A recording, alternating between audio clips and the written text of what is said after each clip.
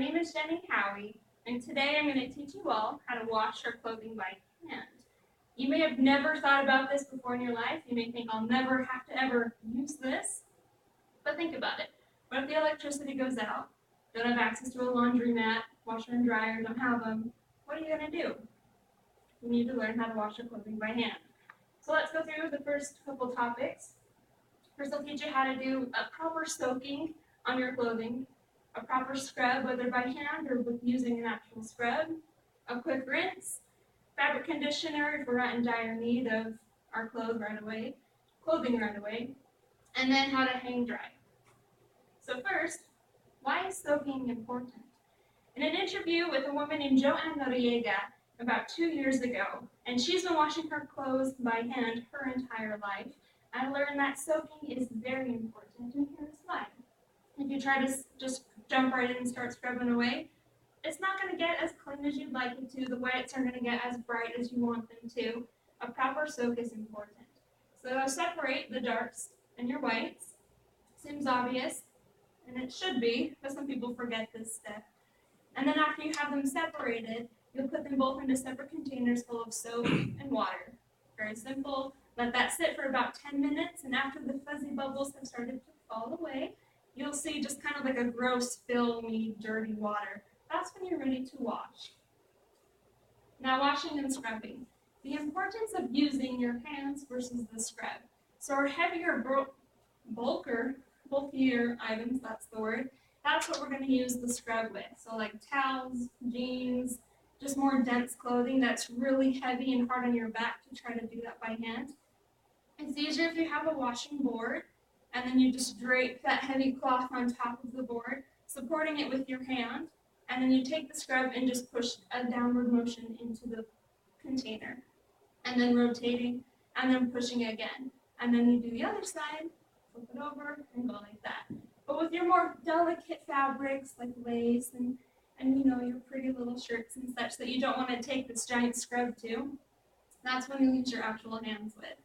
And in an article on Better Home and Gardens, an article that they have titled How to Wash Clothes by Hands, they talk about washing silk and how you just should not even attempt to do it by hand. I wouldn't recommend it either. If really it's an emergency type situation, you're not probably going to be wearing silk, so I wouldn't even worry about that. But washing clothing by hands is a pretty easy process as well. So I'm right-handed, so this is going to be my scrubbing hand. I'll support the cloth in my left, bring part of it over with my right, and push it against itself in this manner. And this can really wear and tear on your fingers if you do it the wrong way. So you'll get it right your second time, most likely, after you've rubbed your fingers raw the first time. And you just take this motion, go through the fabric until you've covered all the different sides, and then it should be this soapy, fuzzy mess, and then put it to the side. And next, how to rinse. So rinsing, rinsing is very important. What you'll do is you'll take another container and just fill it full of water, and these soapy garments that you now have, you'll take them one by one or a couple at a time, swish them around, and then rinse them like this and set them to the side. There's going to be a lot of soap and it's going to get really gross. So you'll need to do this about 2 or 3 times until it comes out pretty clean. If you wring it out and hang it up with it soapy still, it's going to get really stinky really fast. And it's interesting how it does that. It just does not wear well either if it still has the soap residue in it. So make sure you have a really good rinse with it. Next is the fabric conditioner, if you like your clothes to smell nice and be soft. It's really simple too. Take them directly from where you were rinsing them. They should be all wrung and tight, and then just set them in a container with water and fabric conditioner. And that you can let it soak for 10 minutes, 20. I've left it as long as like overnight before, and it was just fine. And the scent lasted a very long time. And then, there's rinse. I see it now. And then you will hang dry.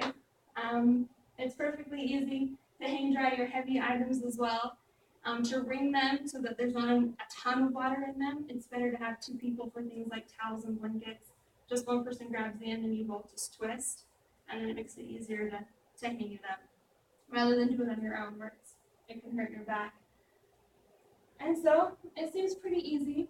A man also named Trev I actually wrote his name down, I keep forgetting it. Trent Ham. He wrote an article titled "How Much Do You Really Save by Air Drying Your Clothes?" And this is from his blog, basically thesimpledollar.com.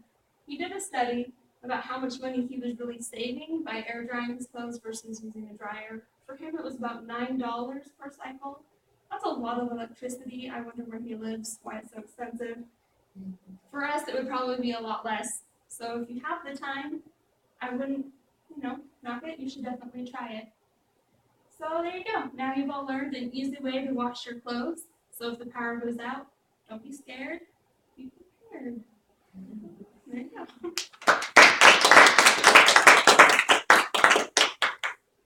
Any questions? Yes. How often do you wash your clothes? I did it for a year and a half, about every week. I did it. Right now I do it sometimes like with socks or with like my husband's shirt if we come home and I just barely did a load and he just got something on his shirt, I'll just do it in the sink really fast. So like spot treatment type things too, I can do it. But I don't do it intentionally anymore. It's not my favorite thing ever, so. Does it take you longer than normally using just like the washer and dryer? And Oh, if yeah. so, how much?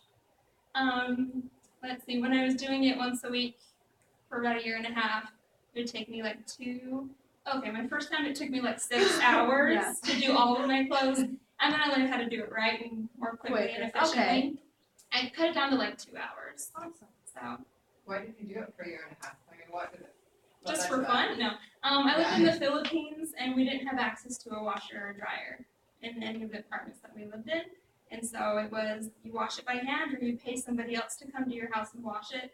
And so I thought, no, I can just do this and save that money.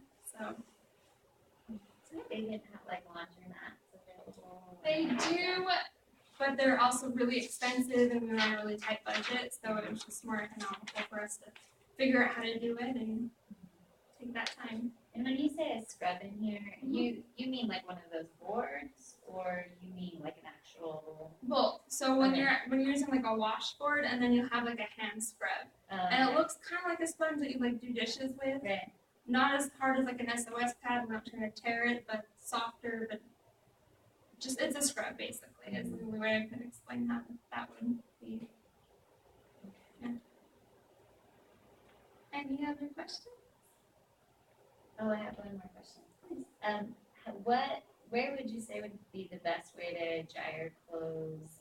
I mean, would you say like doing it outside in the sun? And then a follow-up question is, what about here in Utah when we have snow coming down or rain? Where would you say would be the best place or how you could dry your clothes line dry? Yeah, that's a great question. In the Philippines, it's actually very humid. And so we run into a problem a lot if we didn't put in a direct sunlight hit area with great ventilation. It would grow a film or like a mold on it and smell really fast. And so here, I would recommend just putting it in a place that's well ventilated, that gets wind, if any. And with winter coming, even inside would be okay as long as the sun is hitting on it. And sometimes fans are our best friends as well. So we would pretend to have the ventilation in the Philippines on like the humid, the typhoon season, when it would rain all day.